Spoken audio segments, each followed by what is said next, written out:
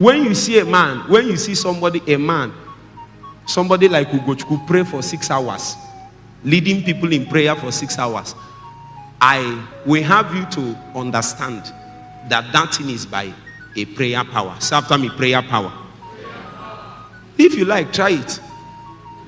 Somebody said that this thing these people are doing, that they are learning tongues. They are learning this thing. They will now be doing shalala. The man was doing shalala. You know, you can do it for 1 hour.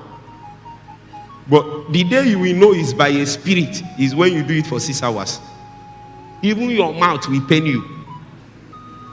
Physically, your mouth will pain you after 6 hours. That's if 2 hours, your mouth will be paining you.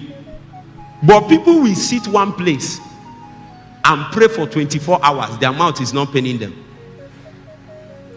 When we finished the last 24 hours, as they were closing, I told them, can we go a little more?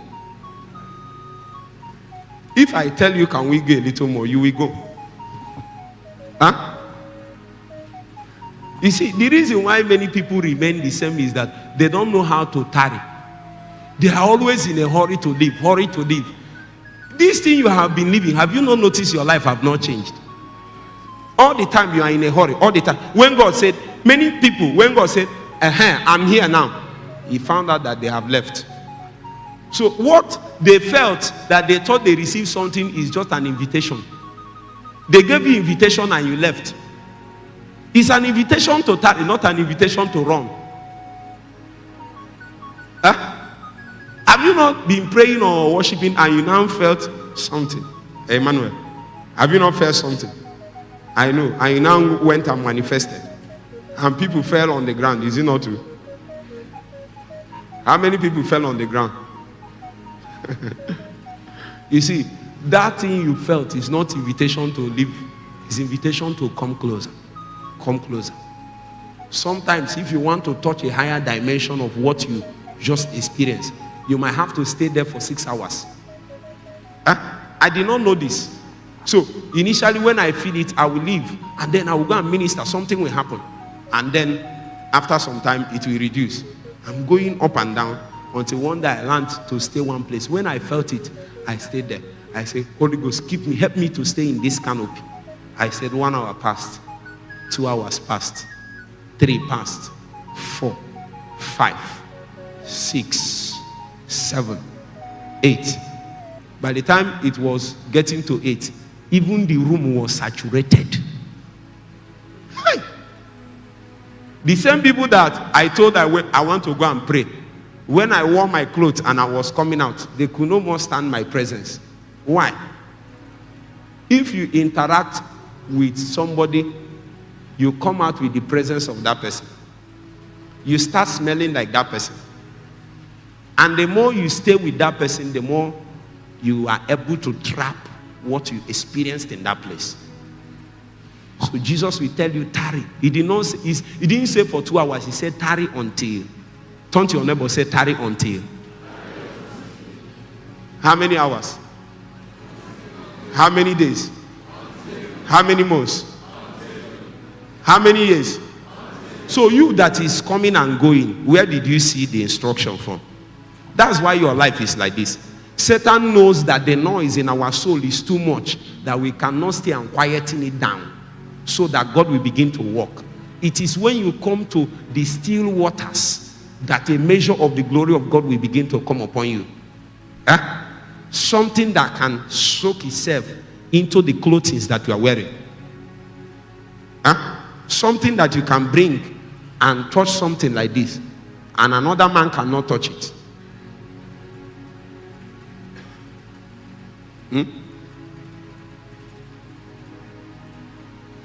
Are you doubting what I'm saying? Can you touch this one that I touched? Meanwhile, there are days that if I touch it, if I wake up in the morning, maybe I ate apple in the morning, ate yam beans in the afternoon, then in the evening I used what was this one you say you like? Chuka. That one they sell. No. Shawarma. You now use shawarma to do evening. Then you use semo to do night. And then they call you by 9 and say, Pastor, somebody is about to die. You now say, in the name of Jesus.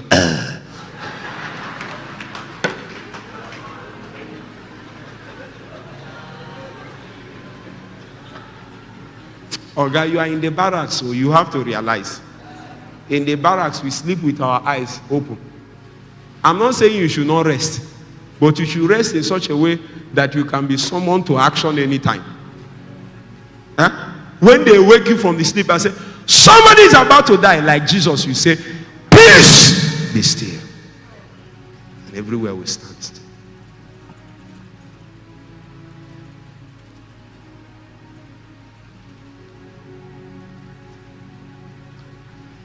As I'm speaking, angels are descending. They are descending in their numbers. They are descending in their numbers. They are descending in their numbers. They are descending. Some of you will go back with some of those angels. I mean, they will go back with you. Because God will bring many of you into the prayer ministry. No, prayer is beyond a commandment, a facility to build yourself as a believer. Prayer is also a ministry. And when a man has a prayer ministry, one of the first signs that you have been inducted into the prayer ministry is that you must have a prayer angel. It's a must. And I can tell you 3 things that those prayer angels will do. But that's not my business. If you will go back and remain consistent in keeping the altar of prayer, that others will come and pray with you. People will come and pray with you. Then you need a prayer angel to go back with you. Sometimes when that prayer angel is around, when you tell people to pray, if I tell you to pray and we are praying, what we notice is that some of them they will carry liquid. They will carry liquid and be given to people. They will be drinking. Once you drink it, you start praying, you cannot explain it. You drank something. That's what my brother Lawrence Oyo calls bowls of fire. That is how you see it. When you drink it, you start praying as if when you leave that meeting, you become normal. How many of you have tried it? You now went inside your room. You wanted to do bowl of fire. It did not work. I say you went to a meeting where prayer angels filled everywhere. And before you know it, they began to give you drink. Suddenly your posture will be mutated. Somebody will keep his eye like this. Kaya. A small lady will go and hold the pulpit like this and want to tear it into two. I saw my sister one day. She was leading prayer.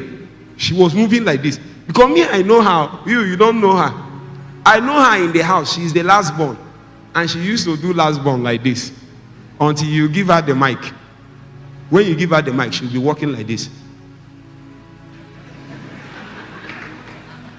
That thing is by a spirit. Come and try it. Some people will slap you and say, Oga, where did you learn this one? But me, that is with her in the house, know something she is doing. If you tell her you will lead prayer for 1 hour, she will use 2 days and prepare. Sometimes I will be in the house from the night. You know now, what we'll be hearing in this room, in the other room. You will not like to stay with people like me because there is nothing all the time spiritual business. If you come and tell me, I want to ask you some questions, I will not answer you until I've seen that you have prayed. Because you know why you have many questions. You don't pray. If you do 6 hours every day for 21 days, your question will reduce at least to half. So the reason why you have many questions, why is it that I sleep, this one is not working? Why will it work when you can't pray? So when you are doing 12 hours, you wake up in the morning by 5 a.m. I heard that they use face masks or nose masks, whichever one, and you are working in an office. As far as I'm concerned, that nose mask is a call for people to come back to prayer. As far as I'm concerned. But we have not seen what God gave to us, and we allow Satan to be using it. You are in the office, you are in the bank, and you are wearing nose masks or face masks as a worker there. And then inside the nose mask,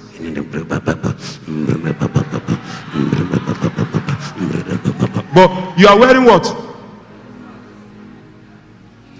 If 1 million believers in Nigeria will do this 2 hours in their workplace with their nose mask, Satan will remove that nose mask by himself.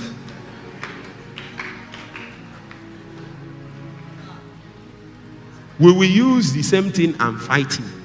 But you have not found out the reason. You put it in your mouth and you are doing like this. The nose mask is for prayer. It's for prayer. Say prayer. All the years you have been running around from prayer, God has brought you here finally. You can't run. Some of you, you will see me, I will appear in your dream. I'm telling you what is going to happen real. I'm telling you, you want to, when you go back, you want to relax. And I will have to warn you that this is the best of my face you can see. Some people say, I don't laugh, I don't smile. Am I not smiling now? This is the best you can see it. See, Mike, I don't like this you now. The one I like is still in the future. The one captured in the volume of the books. That's why we tarry. Anything that you leave less than it is a disappointment as far as heaven is concerned. I want to bring you people help today.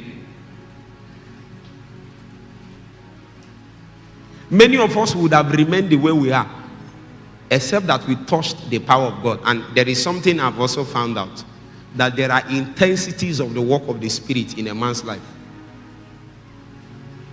So if you touch the first layer and you camp there, very soon you will notice that the challenges coming around you is so much that what you have cannot answer to them. Very soon you will notice that the people coming to you now are no more people with headache. They are people with cripples. We are having service and a lady want to die before us. What do you do to that one? You will have to find a solution to it. Somebody will chat you from South Africa, Zimbabwe, and tell you that COVID-19 is killing them now. What are you going to do? I will pick up the phone and I will just a voice note. You devil of darkness, I charge you, live that life now. I know you know my name.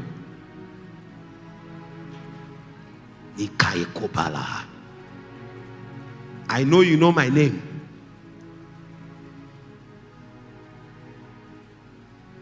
Anybody here that is suffering an affliction that is as a result of the arrow of the enemy, we uproot it now and send it back to sender. I say we uproot it now and send it back to sender. I say we uproot it and send it back to sender.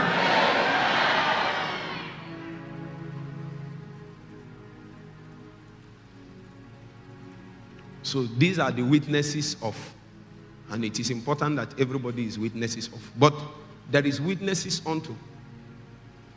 And the witnesses unto is what only power can make a man into. So people begin to tell a story of, I've seen people tell the story of, there is a white man. If I say this thing, some of you might know. But there is a white man that writes a book. And the man is very graced and anointed. And his job is to chronicle what generals have done. That one you are thinking. That's the one. I did not call the name. But what is there is witnesses of. There is no power in the pages. When you read men like Leonard Ravenhill, you will run into fasting and prayer. That will mean in the pages of the words that Leonard wrote, are the flames of prayer, the flames of the burden that he carried. It can drive you to the place of prayer to seek out the things that he's speaking about. You can hear about the prayer that men prayed, how John Hyde was able to pray and he was able to bring down a nation. And you heard about John Welch. All those stories does not benefit you. But when you read about a man called Edward McKendry Bounce, E.M. Bounce, you'll be reading when I was reading the pages of the books he wrote on prayer, he said that prayer ascends by fire. Hey! I was in a library, Inewi Divisional Library. My heart burned. I left that place and went on a 3 days fasting. I said, why is my prayer ascending as smoke? There is no fire in it. Where is the fire on my sacrifice? I need fire. I need fire. Just because of what a man said. I wrote something on Facebook one time. Somebody commented on it, and I went on what the person commented and said, well done. The person now said that he read it. What kind of man I am? That when he read it, as soon as picked the phone and read it, the hands began to shake and vibrate. He dropped it, he stopped. He took it back again to read, he started again. What did I do? Say like this. There is nothing in it. It is the power that is there. You know the difference between some of the things we are teaching and showing you and what others are saying? It's not, sometimes we might even say the same thing, but it will not propel you to do anything. People are tired of hearing and hearing, and there is no energy to take them to where they are going. But you cannot hear my voice and stay still. When I speak, all the warriors will be awoken. The mighty men will arise and take their bow. They will take their tangent. They are marching orders coming from Zion. Oh, Bakaya, this. Let me show you something small before we fly.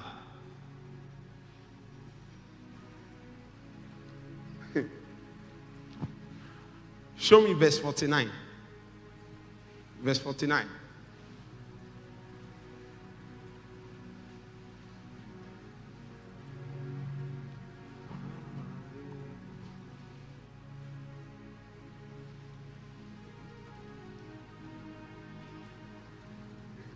And behold, I send the promise of my Father upon you. But tarry ye in the city of what? Jerusalem. Until what? You know, scripturally, this is post-resurrection. If it is post-resurrection, it should mean that everything has been done. Why is Jesus telling them to wait? He has given them the lecture. He has given them the pattern. He has risen from the dead. But he said to them, what? Tarry ye in Jerusalem. See, brothers and sisters, there is a measure of endurance you need to execute your destiny. The problem is that many times we touch something, and then we stop. Now, you have touched something, but it's not commensurate to the calling you have. And you can only be a witness unto Jesus by your calling when you have laid hold on that measure and dimension of power it takes to witness Jesus in that manner. Are you with me? If you are with me, say amen. Amen. See, Jesus wants you to bear a witness of holiness. Let's assume that's what it is in your campus. Let's assume your campus is at Owerri. Say after me, Owerri. The demon of vanity, the principality of vanity, of immorality. I read something. They said that that place is the headquarters of abuse, drug abuse in the southern, and somebody is there. And he said he's doing ministry. That is the way you will be cold, like cold water. You'll be doing all the things you are doing. If demons that came from the water do you like this, you will just fall down. So that kind of man will have to receive the capacity to bear witness. So that person come and pray for 3 hours, but yet he's still subject to masturbation. Demons still disturb him in the night.